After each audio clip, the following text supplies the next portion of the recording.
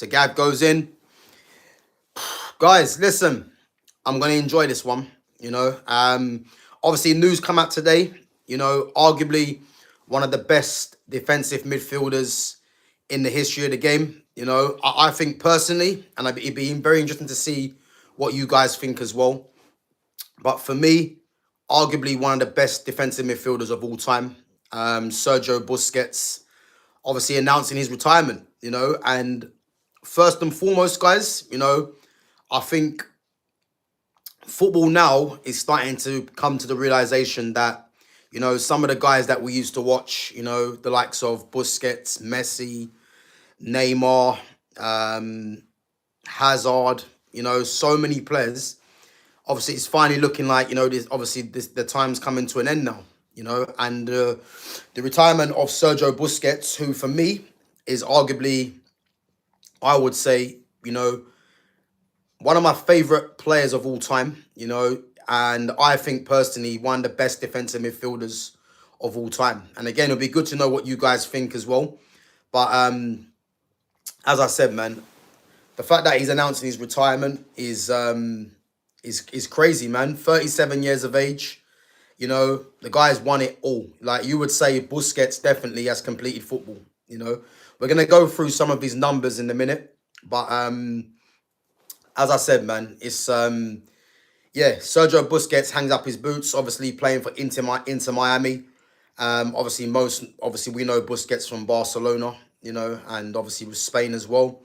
But yeah, what a player, man. What a player. We're going to get into his numbers now anyway. And then we're going to talk about, where he ranks in amongst, the greats. And I think personally,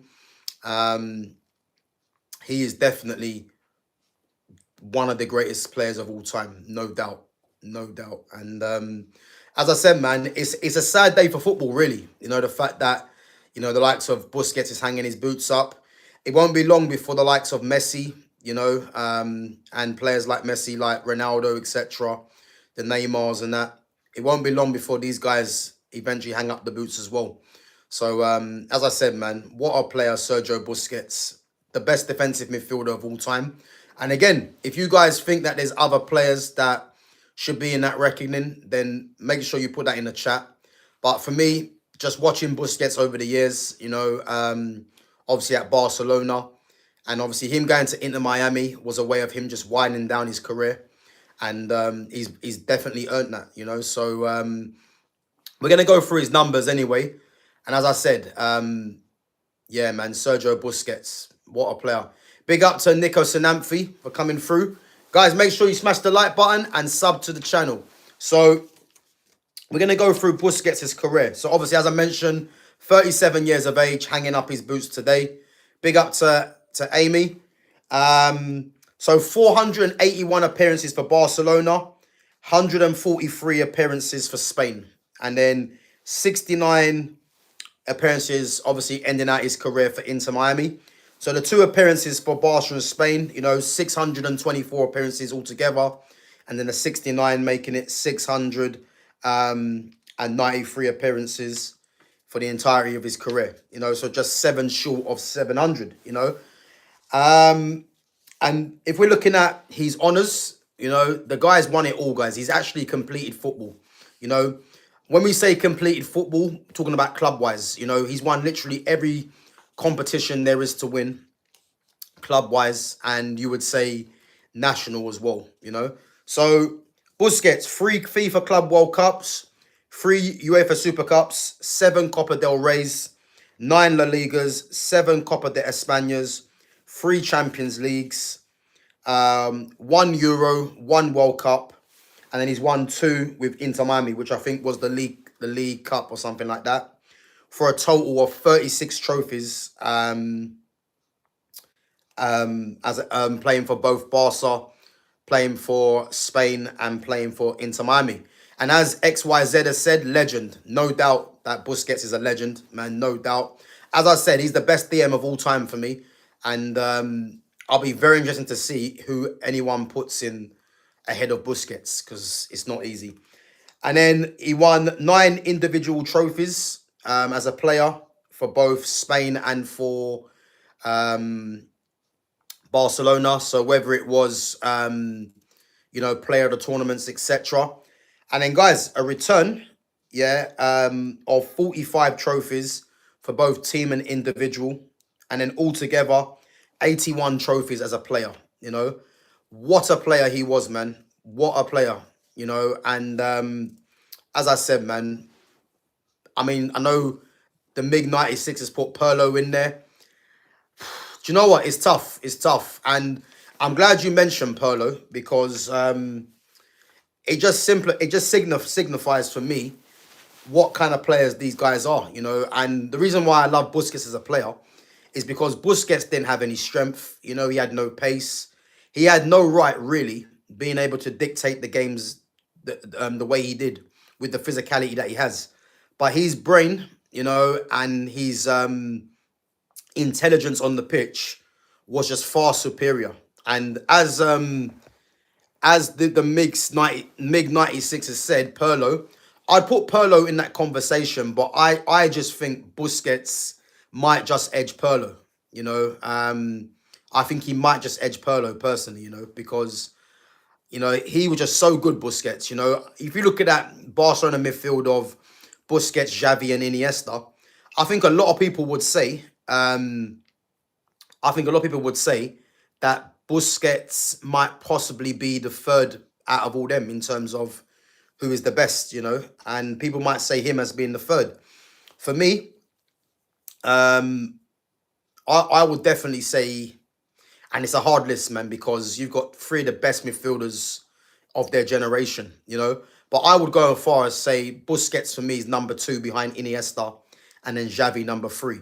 And again, it's a 3 that you don't want to put into any order because it's just 3 top class players. But that's how highly I rate Busquets. As I said, when Barca were in their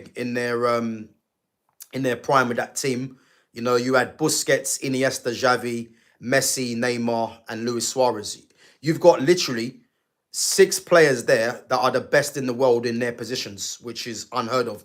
Not to mention, you've got the 2 fullbacks in Dani Alves and Jordi Alba, who are probably the 2 best fullbacks as a combination in the world. So that Barcelona team was just, it was illegal, really, when you think about it. To have all those great players, best players in the world in those positions. And then you look at Busquets, for me, he was probably, if we're looking at who is the most crucial players for Barcelona, people might not think it, but Busquets, for me, has to be in the top 3, top 5. Obviously, Messi, Iniesta for me, and then I think Busquets. And then you got, people might say Neymar as well, but that's Luis Suarez, Xavi. But that's how hard the list was, But Busquets for me definitely is up there. And as I said, people say Perlo. I don't think there's been a better DM than Busquets. The guy is so press resistant, As I said, someone that's not physically strong or quick, but, he uses a lot of body feints, very good at ball manipulation as well. And again, someone that just takes the ball in any area under pressure. And again, there was actually I remember listening to, I don't know if it was an interview from one of the Barcelona players or coach or something like that, and they literally said that who's the best player in training, or who's the player that everyone wants to be on their team. Now, a lot of people would tell you Messi or Iniesta or Neymar. Everyone said Busquets, because Busquets just does not give the ball away, and you can see that when he plays, man. The guy's so good under pressure. As I said, he can take the ball in any part of the pitch and be in control, And again, this is a guy that had no physicality, no pace, And again, I'll be very interested to see who you guys think is better. So XYZ says, Cesare, Italy, bro. Any probability of Italy winning FIFA World Cup? Yeah, listen, Italy are not winning the World Cup, man. They're not. Italy are not the Italy of the old days, the likes of Totti, Del Piero. If you remember Christian Vieri as well, Pippo Inzaghi. They've had some serious players. Marco Verratti, Verratti's a top player.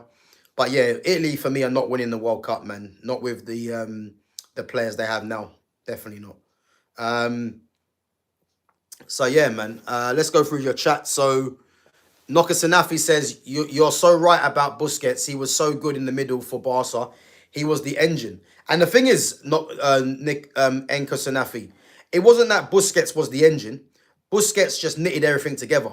You know, I use this so many times. For me, Busquets was the Messi of his position. He was that good. You know, I think Busquets goes underrated. Busquets goes under the radar for me because Barca was so stacked of quality and of talent. Yeah, people just look at Busquets. That if you don't really watch what Busquets does, people will just look at him as another great player in the team. But he was fundamental to how Barca played. Fundamental because again he played as a DM, but he was more of a protection for the defense, but not in the way that a lot of other DMs are seen. You know, he wasn't a destroyer. You know, he was someone that, you know, they could give the ball to him at any opportunity and he would keep the ball. The amount of times he takes the pressure off the team because he's just so good in possession, you know, is what made Busquets really. So yeah, what a player, man. What a player. The MiG96 says it is hard. No doubt Busquets was amazing. Yeah, listen, it is difficult, but for me, like you, I know you obviously you mentioned Perlo, and Perlo was a great player, but I'd have to say I don't think Perlo was better. I mean, Perlo had put it this way, Perlo had better range of passing than Busquets, and let's not forget as well, Perlo used to be a number 10. Some of you might not even know that. Perlo was a number 10 when he came through at Inter. I think when he was at Inter Milan. So he was actually a number 10. But Perlo has got a better passing range. But in terms of, you know, in the tight spaces, taking the ball under pressure, there was no one better than Busquets. You know, the guy was just, when people talk about a player being press resistant, you don't get any better press resistant players than Busquets. You know, if you've watched him throughout the years, you know, look at what Frankie de Jong does now for Barcelona or Pedri. Yeah. Busquets was doing that every game. You know, every game. Yeah, it was just normal for him. And as I said, man, he's just a top player, man, Sergio Busquets. That Barcelona was a very dangerous team. Let's also not forget Alves. He's the legend too, 100%. I think when we look at that Barca team, you know, that Barca team for me has to go down as arguably, I would say one of the greatest ever lineups that I've seen. You know, as I mentioned earlier, you know, you've got the best players in the world in every position at that time. You know, you look at you know, Marc-Andre ter Stegen or even Victor Valdez, but I think more ter Stegen. Then you look at Dani Alves and you look at what's his name, Dani Alves and Jordi Alba. As I said, as a combination and even individually, they're two of the best fullbacks in the game at the time. You know, if not the best. Yeah, Dani Alves for me was definitely the best right back in the world. I mean, Jordi Alba for me was Marcelo, but Jordi Alba was very close.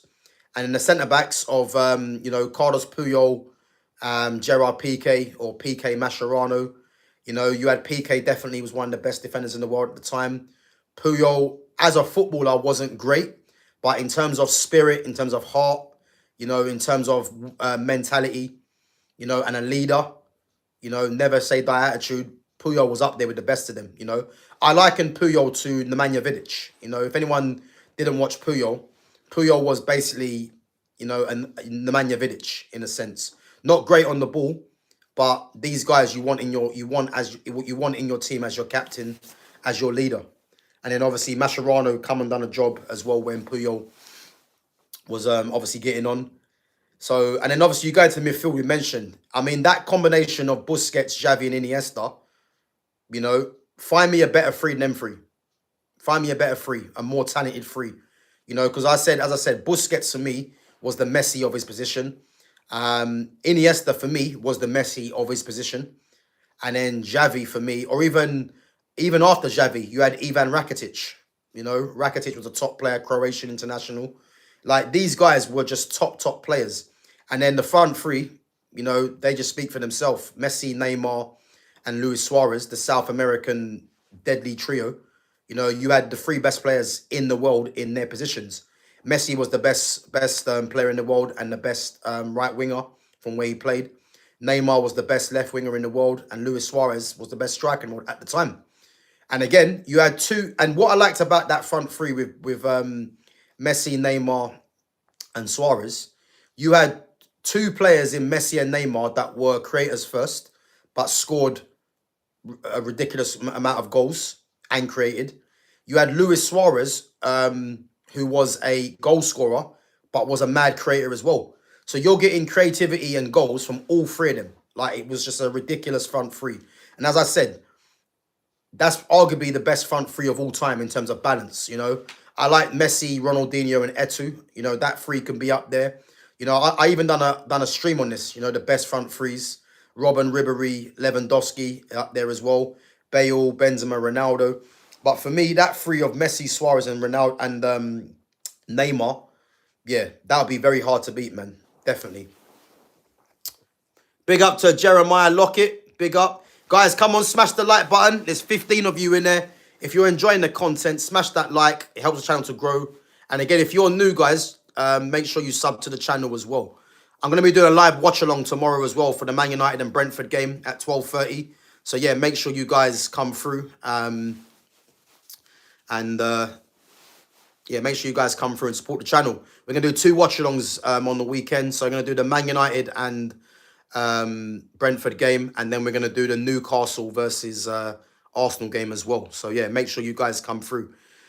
Joshua says David Alaba was the first super offensive defender. Yeah, listen, David Alaba was like, I like David Alaba when he was at Bayern Munich, when he was a left back. You know, if we look at what Alphonso Davies was doing for Bayern Munich, that was David Alaba. You know, when they had David Alaba and Philipp Lahm as the 2 fullbacks. Obviously, Alaba, you know, left back, left midfield, centre back now. You know, the guy was so versatile. But when Alaba first came through, you know, obviously he come through at he was a midfielder. But for Bayern Munich, they played him at left back. And again, in his time, he was one of the best left backs in the world as well. So yeah, he was a top player, man. Obviously now injuries have killed him. But I see something the other day actually. So I've actually got the wages of a lot of the players, you know, in what they're earning. And David Alaba is the second highest paid player in La Liga. Would you believe it or not? He's the second highest paid player in La Liga after Kylian Mbappe. You know, many people probably wouldn't think that, because obviously Alaba come to Real Madrid on the free. But yeah, Alaba's he's the second highest paid player in La Liga. Crazy. I think he's on about 400 bags a week, I believe. So yeah, top player. Enki Sanafi says, Puyol is what this Barca needs. The mentality, they are already playing good football. Do you know what? I kind of see that. But what I would say, you know, I'm a massive fan of him. And if he can stay fit, I've already said this before, for me, he's the closest player, I believe, not in terms of quality, but in terms of stature and defending to Virgil van Dijk. And that is Ronald Araujo. Obviously, he's their captain. Yeah, I think he's the new club captain now because Ter Stegen's obviously moved on. But for me, just Araujo and Kabasi as a partnership, you know, it'd be better if they had a left-footed centre back in terms of the balance of the team. But those two, I think, are fine. So I definitely hear what you mean with Carlos Puyol, but I do think that, you know, Ronald Araujo does fill that role fine for me, but he's just got to stay fit, you know. The MiG96 said, well, let's see. Dida, Cafu, Nesta, Stan, Maldini, Gattuso, Pirlo, Seydorf, Kaká, Shevchenko, Inzaghi. Yeah, listen, that was a stacked team. That was a very good team, but I'm having the Barcelona team over that for me. I mean, it's difficult. You know, Dida or Ter Stegen. You know, Ter Stegen's a ball-playing goalkeeper, so I'd probably take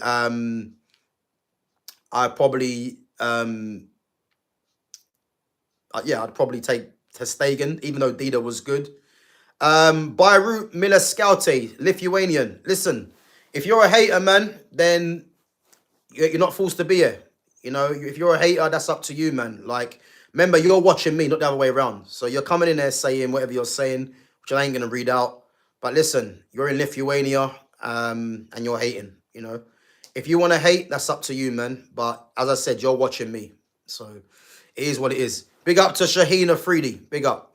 So big up to 40 Years Life as well. Guys, make sure you smash that like button on the way in. Obviously helps the channel to grow. And as always, make sure you sub to the channel if you're new in here as well. So yeah, Dida or Ter Stegen.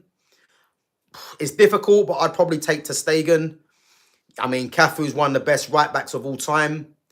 I think in terms of Cafu and Dani Alves, it's a good conversation because for me, Cafu was a top right back in his time. The reason why I like Dani Alves is because Dani Alves, for me, as a technician, as a right back, he was better than some wingers. Like, he was that good as a right back. And his relationship with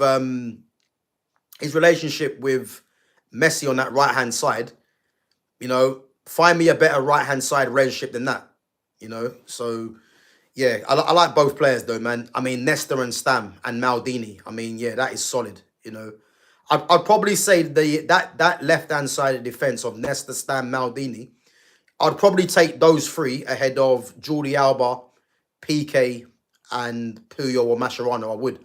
The Dani Alves and Cafu, it's a toss of a coin for me. So I'm going to say Ter Stegen, Dani Alves. Yep, I can over Dida and well, not even over Dida and Cafu. Toss of a coin. But yeah, Maldini, Stam and Nesta, I'm not going to argue with that with the centre-back pairing of PK, Puyol or Mascherano and what's his name?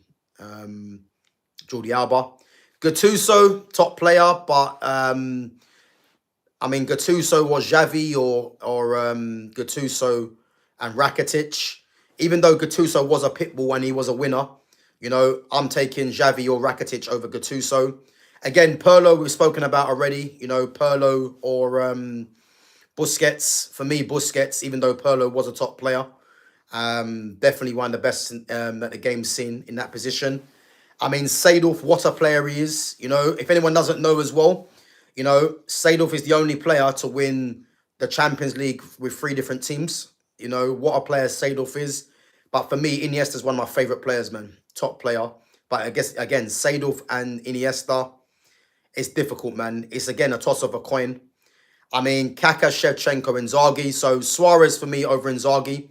Even though Inzaghi was just an absolute goal scorer, as a footballer, he wasn't great.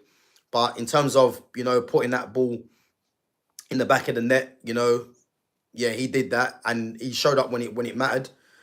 Kaká and Messi, as I said, man, Messi's the greatest player of all time, in my opinion.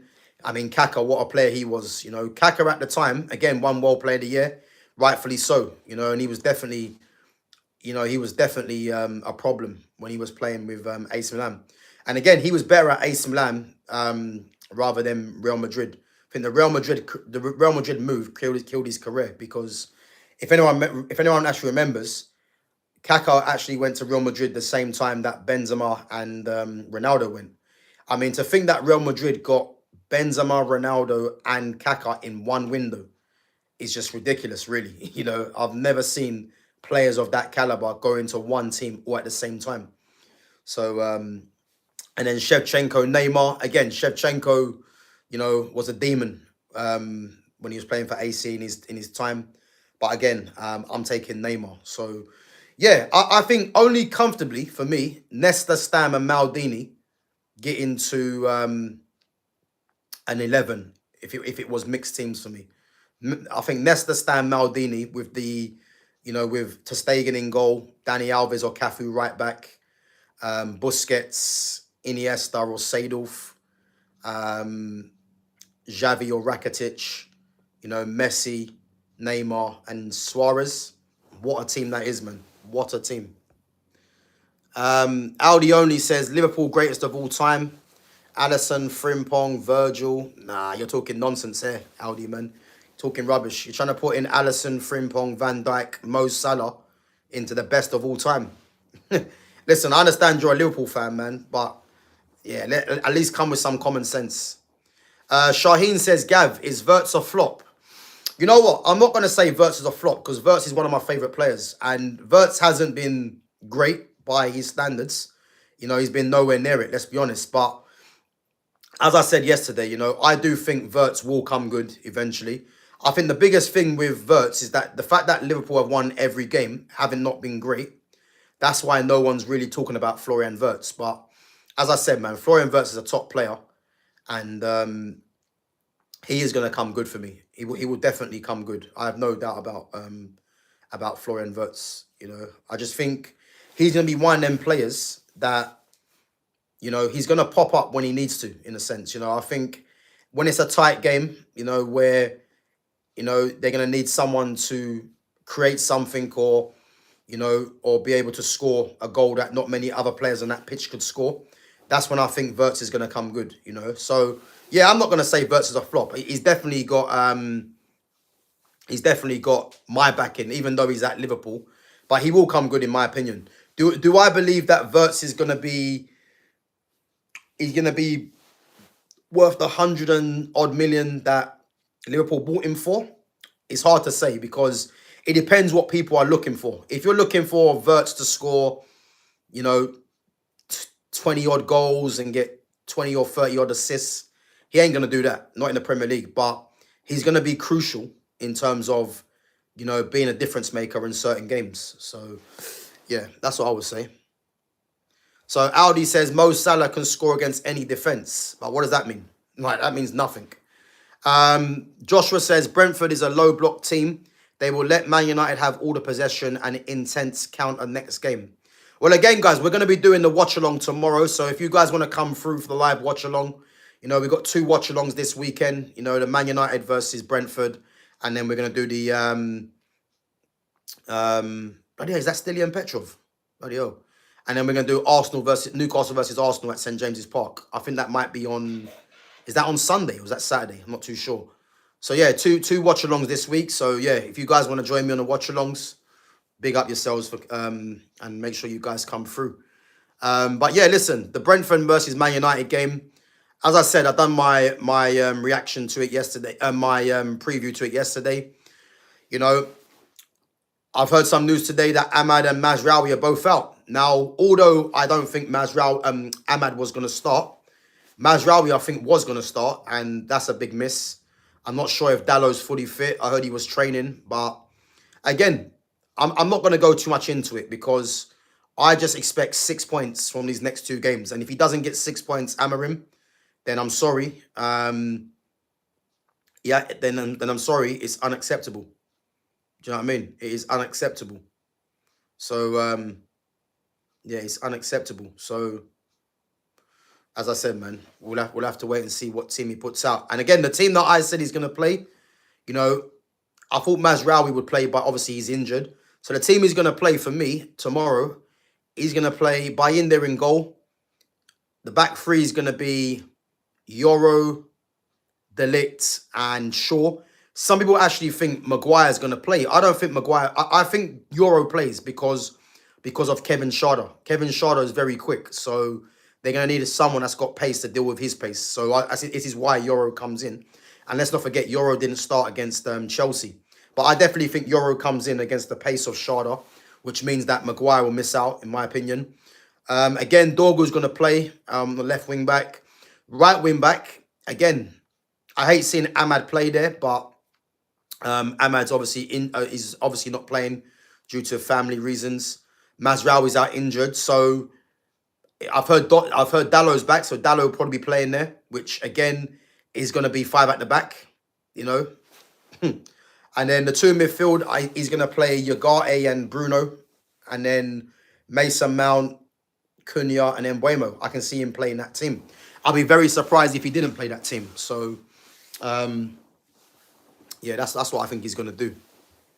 Shaheen said, did you see Leone got injured? I did. I think he's out for several months, they said. So I think several months might be 6 months. Well, no, sorry.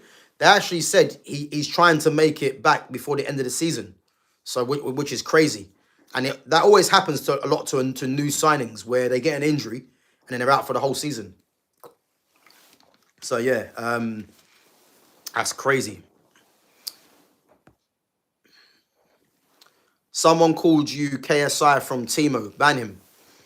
No, I don't need to, man. Haters are gonna hate. You know what I mean? Haters are gonna hate, man. Unfortunately, it's the way of the world, man. If people are not hating, you're doing something wrong. That's how I look at it. Um, and you're one of them, Audi. I can tell. Keenan Yildiz or Arda Güler? Big up to Fair is so Keenan Yildiz or Arda Güler. For me, Arda Güler. I do like Keenan Yildiz. I do like Yildiz, but I'm gonna say Arda Güler. Yeah, I'm gonna say Arda Güler. Shaheen says, "Do you think Nedved robbed Henri?" Do I think Nedved robbed Henri? I think when big up to Shaheen. So I think when Henri was at Arsenal, again, someone that supports Man United, there's no doubting that Henri should have at least won, World Player of the Year. And that's me saying it as a Man United fan, against an Arsenal player. There's definitely room for Henri to win World Player of the Year. When Nedved won it, I was a massive fan of Nedved. Nedved was very good. So I think Nedved, who was he at the time? I think, yeah, it was at Juventus, wasn't he? Yeah. So Nedved definitely, Nedved definitely should have won, but I just don't know if it should have been ahead of Henri, if I'm honest, because Henri was the best player in the league, in the Premier League for a long while, and he's still, for me, the greatest ever player to play in the Premier League. But the fact that he never won World Player of the Year and Nedved beat him to it, again, it's one of them things, but Nedved was a top player, man. He was. Big up to the MiG-96. Yeah, big up, man. Big up. Gav, did you see Guirassy to Barca rumours? Guirassy to Barca? I've never seen that, man. I've never seen that. And again, I'm not going to believe that. But what I will tell you, yeah, I'm going to be very interested to see who Barca actually sign as their next striker. Because the striker market is dead. If anyone remembers when they got Vitor Roque from... who they signed him from? Was it Fluminense? No, was it Fluminense they signed him from? I can't remember. They signed Vitor Roque. And again, when they signed him, we was told that Vitor Roque is looking like the next R9. And I watched one game of him and I thought, nah, he's not R9, man. Like, I don't know what R9 they're talking about. You know what I mean? But he definitely wasn't that. And as I said, yeah, they're not going to go and buy Guirassy, And the reason why they won't go and buy Guirassy is because Guirassy, I believe, is in his late 20s. So Barca need a striker that is, mid-20s or just under that, which is why I said Isak would have been perfect for them. Even John Duran. But I just don't know who they're going to sign. But Guirassy's not going to be one of them. I can confidently tell you that. MiG-96 says, R9 before the injury was the most unstoppable force ever in football. The skill, the pace, the dribbling, the finishing, the power. Truly the best number 9 ever. Yeah, big up, man. Big up to MiG-96. R9 is one of my favourite ever players. Him, Ronaldinho, and Messi. And I'm going to ask you a question, MiG-96. Tell me the player that modelled his game on R9. I guarantee you it will shock you. Shaheen says, Mastantuono has made Rodrigo a bench warmer. And again, big up to Shaheen. Shaheen, I said this, yeah, at the start of the summer. When there was talk about Rodrigo moving on, I said Rodrigo needs to move on purely because, you've got Mbappe and Vinicius Jr., who are bigger names than him. As a talent, Rodrigo is better than both of them as a talent, yeah? But in terms of their stature in the game and their name, they're always going to be seen ahead of him, unfortunately, yeah? And let's not forget as well, Rodrigo is actually a left winger. Rodrigo plays where,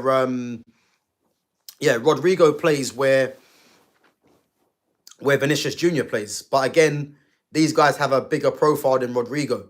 Now, for me, when Xabi Alonso came, all you had to do was look at how Bayer Leverkusen played, Obviously, they've got a player that's just gone to Bournemouth, yeah? And Xabi Alonso played his system with the wing backs, but also played a left-footed player at times inverted on that right-hand side, which was Amin Adli, who's just gone to Bournemouth, yeah? Now, I said, this is why I said Arda Güler will get more game time under Xabi Alonso, and the fact they went and bought Mastan Tuano as well, I said that this is why Rodrigo needs to leave, because not because he's not good enough, because he is, but he's not left-footed to play on that side as the inverted.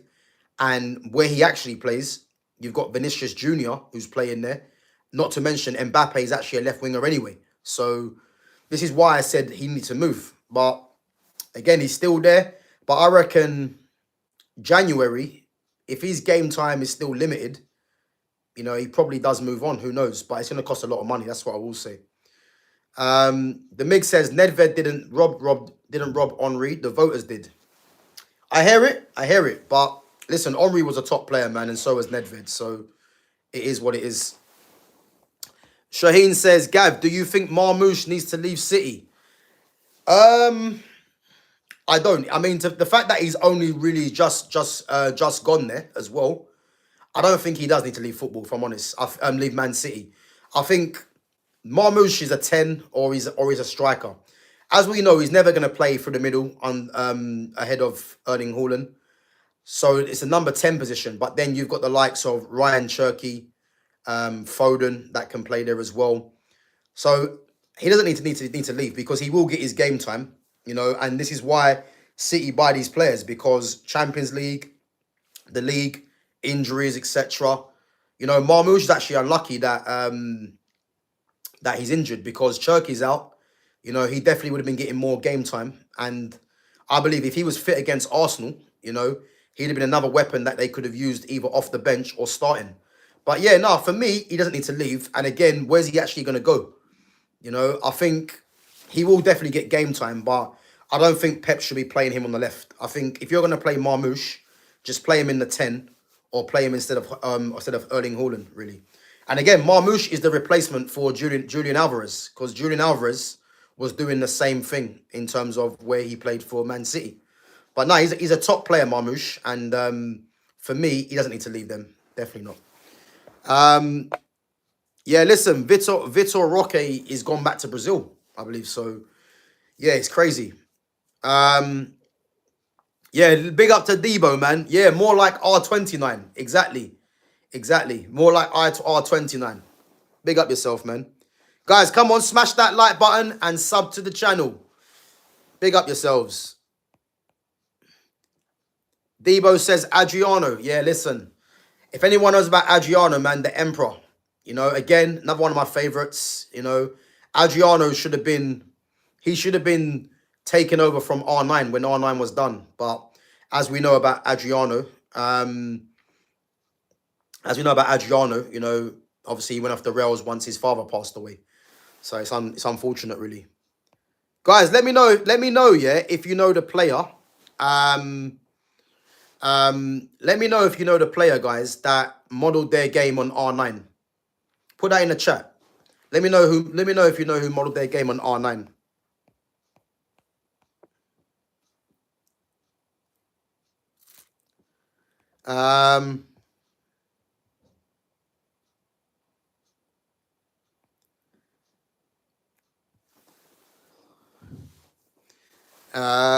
Guys, listen, don't react to this clown, Aldi only, man. Don't react to him. Don't react to him.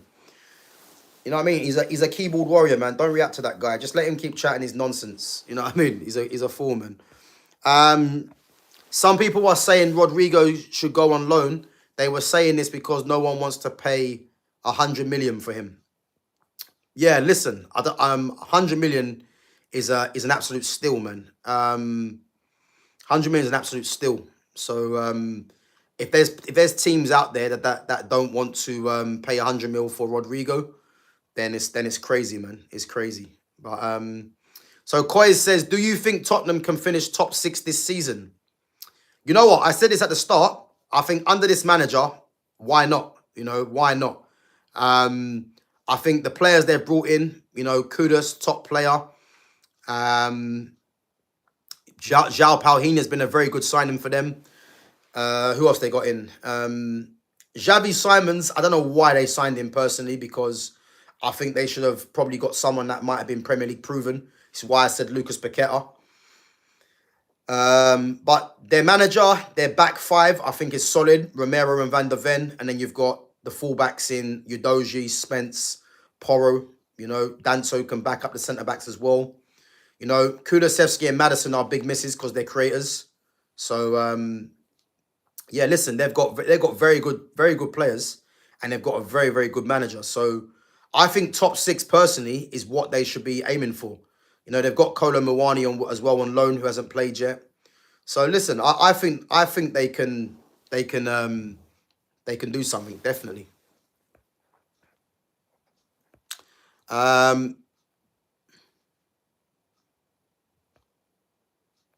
The Mig says, I know Ibra idolized R9 and wanted to emulate everything R9 did.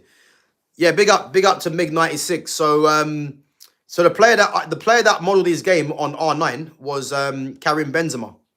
Again, it might shock a few of you, but Karim Benzema's idol is R9. You know, and if anyone knows Benzema when he was at Lyon, yeah, Benzema was a different type of player to what you guys saw at Real Madrid and later for France. He was a different player, you know. And as I said, he modeled his game on R9, but then when he went to Real Madrid, when he went to Real Madrid, obviously he had to adapt his game to Cristiano Ronaldo. You know, if you watch the times when Ronaldo came, because Ronaldo was trying to compete with Messi for numbers, you know, Ronaldo went more through the middle, and then Benzema went slightly towards the left. But he had to adapt his game to be more of a, you know, someone that was sacrificing himself for Ronaldo. But then, as you can see, once Ronaldo went, you know, he went back through the middle with Vinicius Jr. on one side, Rodrigo the other, and then he got a Ballon d'Or from it, which just shows the level of Benzema.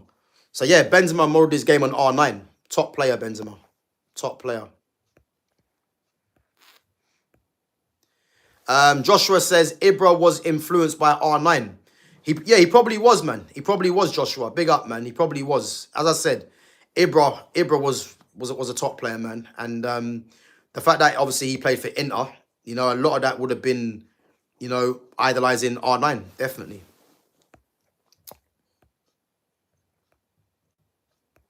Yeah, Xavi Simons hasn't been amazing in his past few games. He hasn't.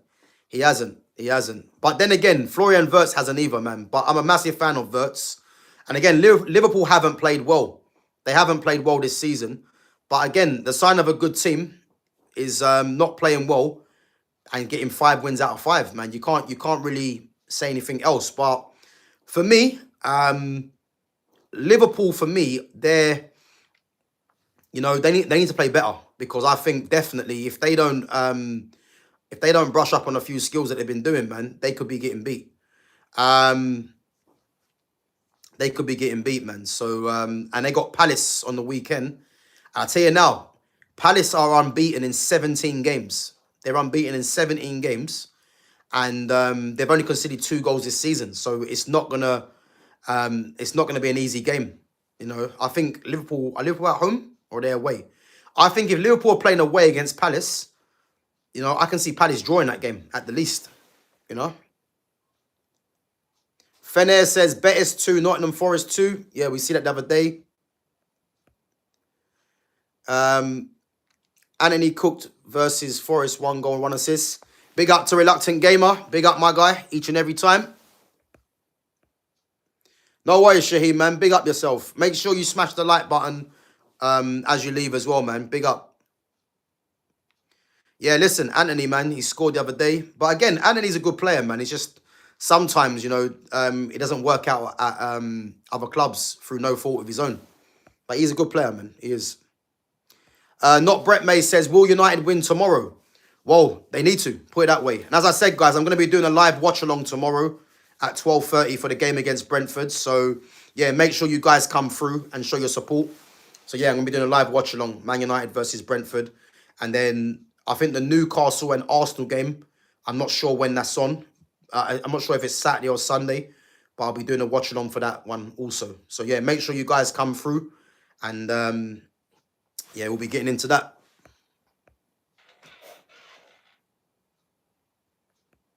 Big up to Fozan as well. Big up to Mason and the Reds. Big up to Arsenal and Pakistan cricket team. Gab, did you see Arsenal might sign Kenan Yildiz? I haven't seen that, and it's not going to happen either, because no one's going to buy Martinelli. Martinelli's on 180 a week. Trossard's just signed a new contract. And to get Kenan Yildiz out of Juventus, you're going to have to spend about 100 mil. So it's not going to happen. Wishful thinking, Arsenal and Pakistan cricket team, but it's not going to happen for me. It's not going to happen. Players aging slower. It is diet and flexibility training. 33-year-old is like 26-year-old. Yeah, I agree, man. I agree. But again, these footballers have the top nutritionists. You know, they're getting, you would say, the best training as well. So it's not hard to keep in shape, man, if you're a footballer, man. It's not difficult. It's not difficult at all. Martinelli might cook the rest of the season. I doubt it. I doubt it. But he's got a couple of goals in his last 3 games, so he's doing something right. Okay, so Arsenal Sunday 4:30. Okay, I'll be doing a watch-along for that one then. So yeah, Arsenal Newcastle watch-along, guys. I'll be doing that on Sunday. And as I said, I'm doing one tomorrow, Man United Brentford. So make sure you guys come through and support the channel as well. How does Lua look so fit at 38? Again, yoga, you know, his diet, all these things. All these things. Although I don't think Lewandowski's 38. I don't think he's 38. I think he's slightly younger now. I think Lewandowski might be about 35 or 36. I don't think he's 38. Yeah, Leone got an ACL, man. That's crazy. The amount of players that are doing their ACLs is madness, actually. It's absolutely madness. But yeah, it's just one of them things, really, though, isn't it? You know, innocuous challenge. So yeah, and this is where I think Liverpool might come undone, because if they don't go and get a defender in January, you're relying on Van Dijk, Konate, and Joe Gomez, and all it's going to take now is for one of them to get injured. And I think they cannot afford to lose Van Dijk because of his leadership and his presence. So, yeah, it's one of them things. So, Lewandowski's 37, is he? He's 37. Yeah. And he's still going strong. Yeah, it's testament to... His testament, man, to... Yeah, he's actually a year younger than me, which is mad. Big up to Sergio 4. Gav, did you see Chiesa redemption? Yeah, listen, Chiesa was rated as a top player when he was coming through, man. You know, I watched Federico Chiesa's dad play, Enrico, and his dad was ridiculous. His dad used to play for Fiorentina and Parma. If anyone's old enough to know his dad, Enrico Chiesa, what a player he was, man. Italian international as well. But yeah, listen, Chiesa's a very good player. It's just that with the competition that Liverpool have, it's hard for him to nail down a spot. But, you know, if he keeps playing the way he's playing, he's going to make it hard for Slot to not play him, you know. But, again, he's not going to be first choice. But all he can do is when he comes on, is just take his chances. And, again, his assist the other day for Ekatike where he got sent off. And you know what? Big up to Arne Slot as well for finding Ekatike, because you know what it is? He fined him 2 weeks' wages, 400 grand a week, yeah? And I rate that because, you know, football's gone soft this day, you know? And the fact that he took his top off, which, again, you know, isn't that much of a big deal. But if you know you've been booked and you do that and you're going to get another booking and now you're missing the next round, like, the manager's going to be pissed off with that, really, because now he can't use you. So, standards, he fined him 2 weeks' wages, you know, and I respect that. So, big up to Arne Slot for doing that. Phil Foden back in form. You know what? I wouldn't go as far as that. I think that's people getting carried away for me, you know. Phil Foden, I like Phil Foden as a player. I do. But when people are saying he's back in form, I think that's premature, really. Because against Man United, he played well. Against Arsenal, he was nowhere to be seen. And then, obviously, you've got the Carabao Cup against was it Doncaster they played? No. Was it Huddersfield, I think they might have played, where he got a goal and assist. But that's not going to do much to try and think that Phil Foden's on his way back. He's got to do a lot more. And again, I'm seeing people putting him into the lineup at England. You know, I think he's out, and they showed Bellingham, Palmer, and Eze as the number 10s. Some of them were saying that Foden should be number 1. Like, I rate Foden highly, but for me, Cole Palmer's better on the right. So I'd have Cole Palmer on the right. I'd have Eze in the 10. And on the left, you know, I'd like to see Sancho back in that squad. But I think at the moment, you'd probably pick him between Rashford or Anthony Gordon. So there's no place for Bellingham for me, and no place for Foden. Even though I want to see Foden, because I rate Foden as a footballer, but he's got to do a lot more, man, than just the game against Huddersfield, you know?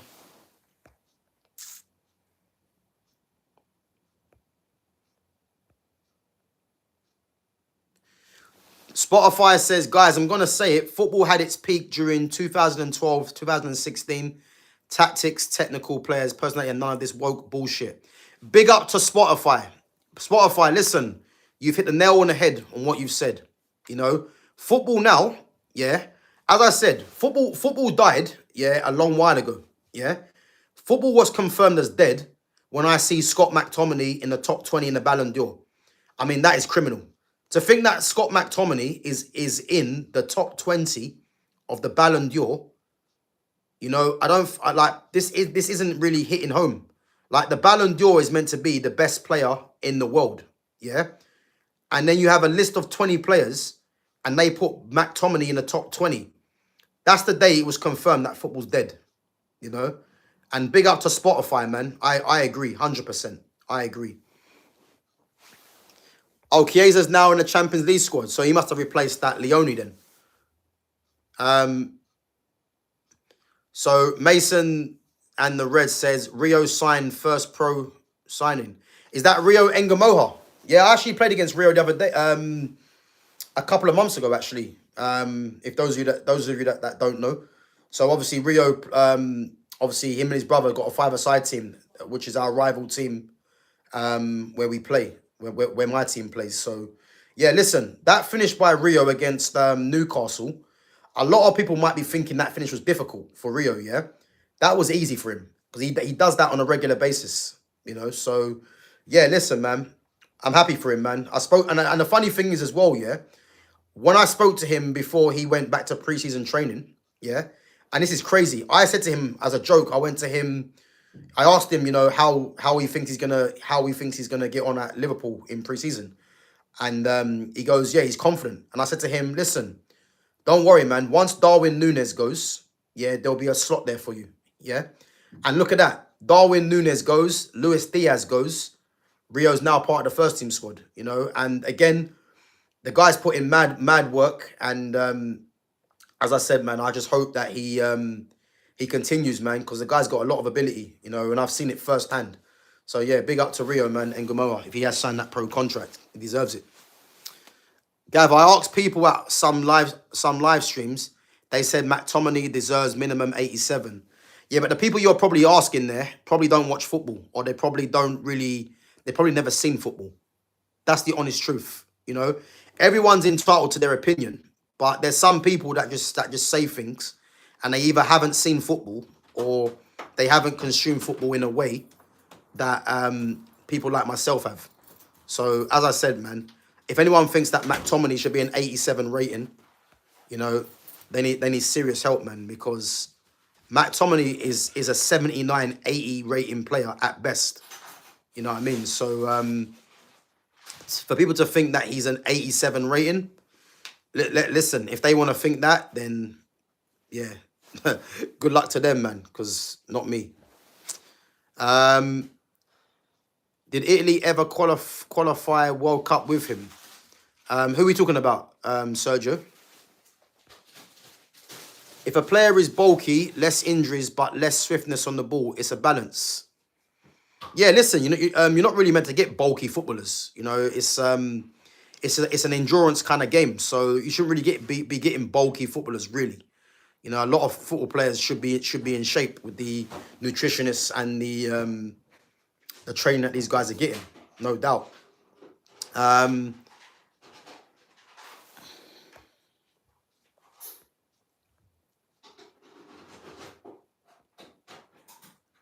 Yeah, big up to Chris and Mark. Big up, my guy.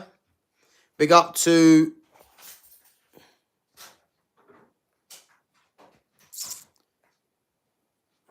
So, Leone... Oh, yeah, Leone Gon Kaiser comes into the Champions League squad. Yeah, I mean, to be honest with you, I thought that anyway.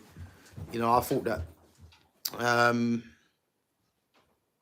Gav sees the future.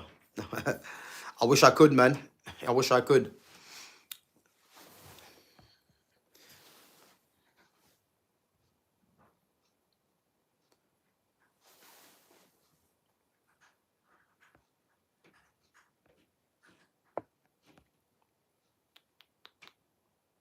Right, guys, couple of more questions, and then we're going to wrap it up. As I said, live watch along tomorrow, 12:30, and one on Sunday at 4:30 as well.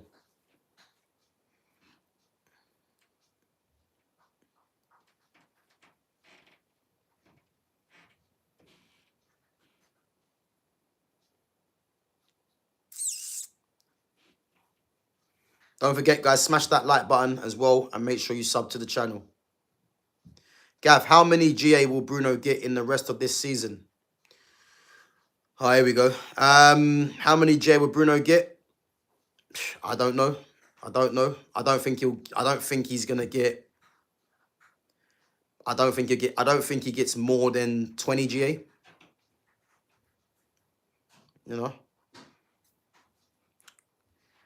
Mason says, wish Elliott was still on Liverpool squad. Yeah, listen, Harvey Elliott's a very good player, but it was very obvious that Harvey Elliott needs to go for his own career. Because when you're bringing in Florian Wirtz for that amount, and then you've got Ekatike, Isak, Salah, you know, these Cody Gakpo, you know, these guys are gonna be looking at game time to regularly over Harvey Elliott. So Harvey Elliott's a good player, man, and to be honest with you, it's a good signing for Aston Villa. It is, where he can get regular game time. I mean, I can't stand seeing number 9 on his back though. I think that's just weird. But yeah, listen, he's a very good player, Harvey Elliott, and yeah, man, he's a good player, and I think eventually he'll find a place in that Aston Villa squad regularly. Big up to Jason Stephen. Big up, my guy, for coming on. Big up. Gav, who will win the Golden Glove in the Premier League? Raya again? Nah, not Raya. I don't think Raya wins it. Who wins Golden Glove? That's difficult, you know. You know what? I'm going to say Donnarumma. Yeah. I think Donnarumma wins Golden Glove. Yeah. Donnarumma I'm going with. I just look at Donnarumma's presence. I look at, you know, the fundamentals that he has as a goalkeeper. As we know, with the ball at his feet, he's not great. But in terms of a goalkeeper, man, you know, he's got a lot to his game. So, you know, people might say Alisson. I don't know about. I mean, Liverpool are conceding goals. So, yeah, I'm gonna say Donnarumma. I don't think David Raya will be, even though Arsenal's defense is good. But I'm gonna say Donnarumma. Yeah. Still can't believe City got him for this cheap. Yeah, but again, it's because his contract was running out, and you know, PSG obviously made it clear that they wanted to move him on. So yeah, it's one of them things, really.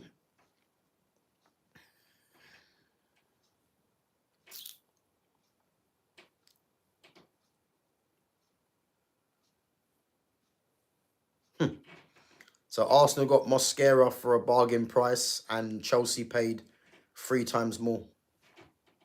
Yeah, I hear that.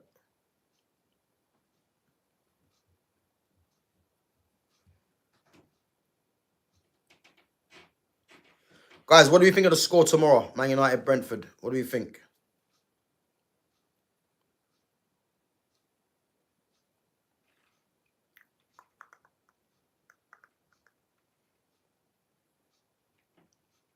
Two draw. Yeah, listen, I mean, will United get 2 goals tomorrow? I don't know.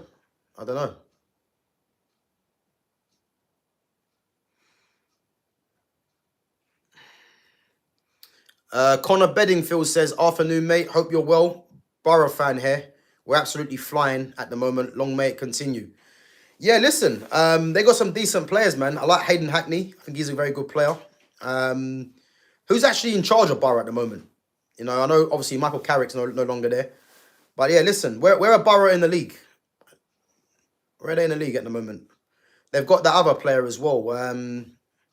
Is it Morgan Whittaker as well, who's quite decent? So Whittaker and Hayden Hackney, they're two players that I've heard a lot about. So big up to Connor, man. Gav, if you were Minu, what would you do?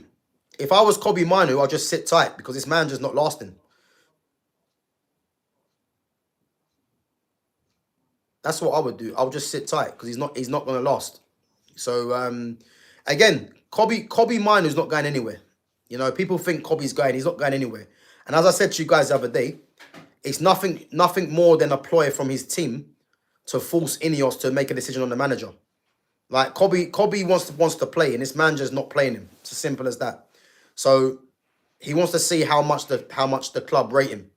So it's more of a case where when you're hearing talk about him being moved on, you know, it's one of them things where they're just his team are just deciding whether to move the manager on. It's more of a ploy on that one. We've got Rob Edwards. Okay, handsome Rob. My God, that's from Italian Job. That's from Italian Job. Connor, let me know if that's from Italian Job. Jason Statham. So we're top of the league. Borough top of the league. I didn't know that. 6 games, 5 wins, 1 draw, 4 points clear. Mad. That is mad. I didn't even know that. Who's been your standout player, Connor? Let me know. Who's been your standout player for Borough this season? I remember you had a striker called Britt Asombalonga. Is he even still there? Yeah, big up to Arsenal and Pakistan cricket team. Big up, man.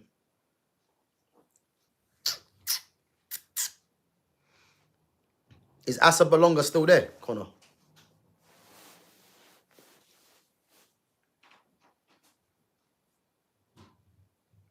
Do you remember Anthony Martial Ballon d'Or clause? I do. And again, Anthony Martial is one of my favourite players. And Martial, yeah, the only thing that ruined Martial was injury and this club. Because there was a Ballon d'Or in his clause for a reason. You know, when his fan base tried to pit Marcus Rashford against him, even though Martial was clearly the better player, but obviously Rashford was Manc born and bred. You know, and then you look at the fact that, you know, the way Mourinho treated him. You know, Solskjaer overplayed him when he was injured. You know, Ten Hag, less said the less about that guy. So yeah, listen, Martial had a Ballon d'Or in his clause for a reason. You know, people might mock it, but you know, Martial, when he was 19 years of age, coming to the Premier League, the guy got 17 goals in all comps in his first season at United. Name me a player that's done that, going to a foreign league in his first season. Yamal's father is saying he is the best player in the world. That's because he is. That's because he is. And as I said, if Yamal stays fit and healthy, you know, he is going to win a Ballon d'Or, no doubt. I have no doubt that he'll win a Ballon d'Or. No doubt about it. So standout player at the moment is Aidan Morris, centre mid. He's been incredible. Him and Hackney complement each other really well. Whole team is gelling. So Asombalonga left a while ago, my brother. Okay, cool. Yeah, I think they played the other day. They played who was it they played the other day? I can't remember who they played. Who was it they played the other day?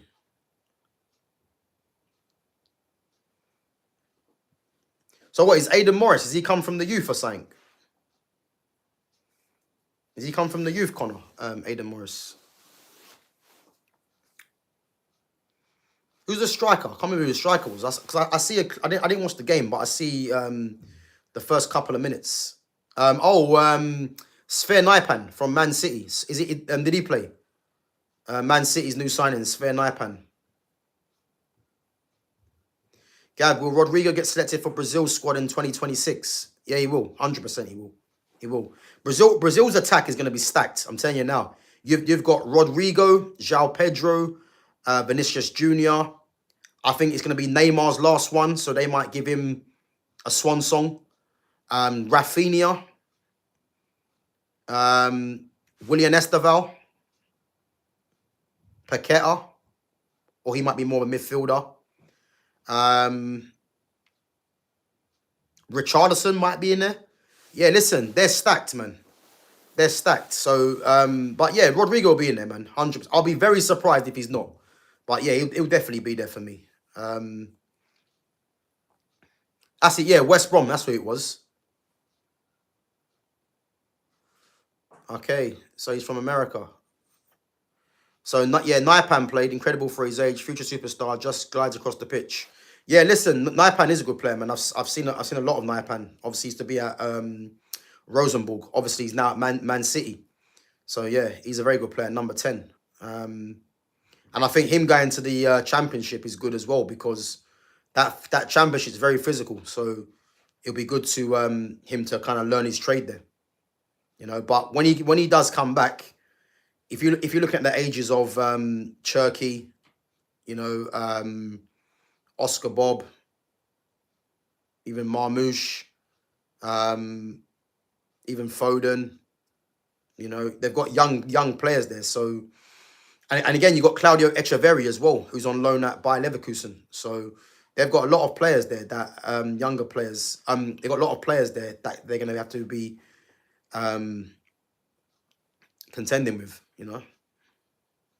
2 to 3 years, he starts for Man City, mark my words.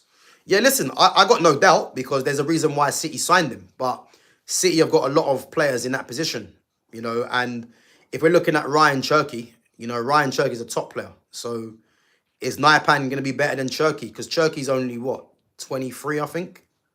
Or 22, 23? But yeah, no, listen, I've seen a lot of Naipan. And again, another Norwegian player. So yeah, listen, Norway, you know, you've got Naipan, you've got obviously Erling Haaland, Odegaard, Oscar Bob, what's his name? Nusa as well. Norway got some serious attacking talent, man, you know, so they could be a threat in this World Cup if all them players are part of it. Arsenal management is so poor. We sign players for so much and sell them for half the price when we sign them. Yeah, listen, man. They've signed all them players and they're still not favourites for the league. Saying a lot, you know what I mean? Big up to Crawley Eagle. Big up, my guy. Big up.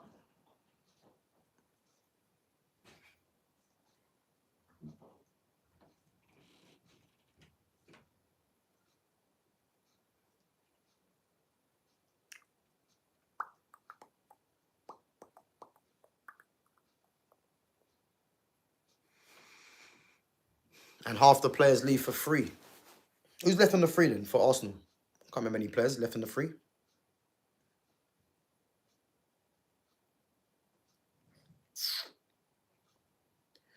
So we will beat Liverpool for you tomorrow.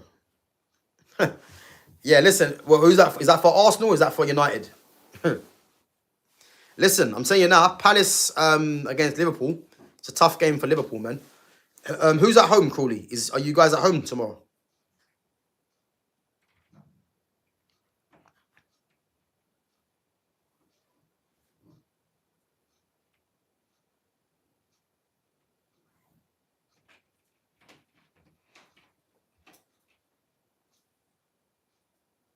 Oh, you guys are at home. Okay. Yeah, on that then, I don't see Liverpool winning that, you know. I think Palace get a draw. I mean, if you look at Palace are unbeaten in 17 games and they've only conceded 2 goals this season. So, yeah, they're going to take some beating, man. So, yeah, I reckon they might get a draw there. The way Glasner sets them up as well, you know, Mateta through the middle, you know, you got Ismail Assar and Jeremy Pino. I don't know if Pino's injured, obviously replacing Eze. I think the back three is solid. Mark Guehi, Maxence Lacroix, and is it Chris Richards? I think he's been playing there. So yeah, they've got a solid back three. You know, Tyreek Mitchell and Munoz as the wing backs, Dean Henderson in goal, and obviously Adam Wharton and Will Hughes or Jefferson Lerma in there as well as the midfielders. So yeah, they've got a very good team, man. Very good team. But guys, anyway, listen, we're gonna wrap it up anyway. Big up yourselves for coming through. You know, obviously, you know, Sergio Busquets hanging his boots up today. You know, as I said, one of the best defensive midfielders, if not the best defensive midfielders of all time.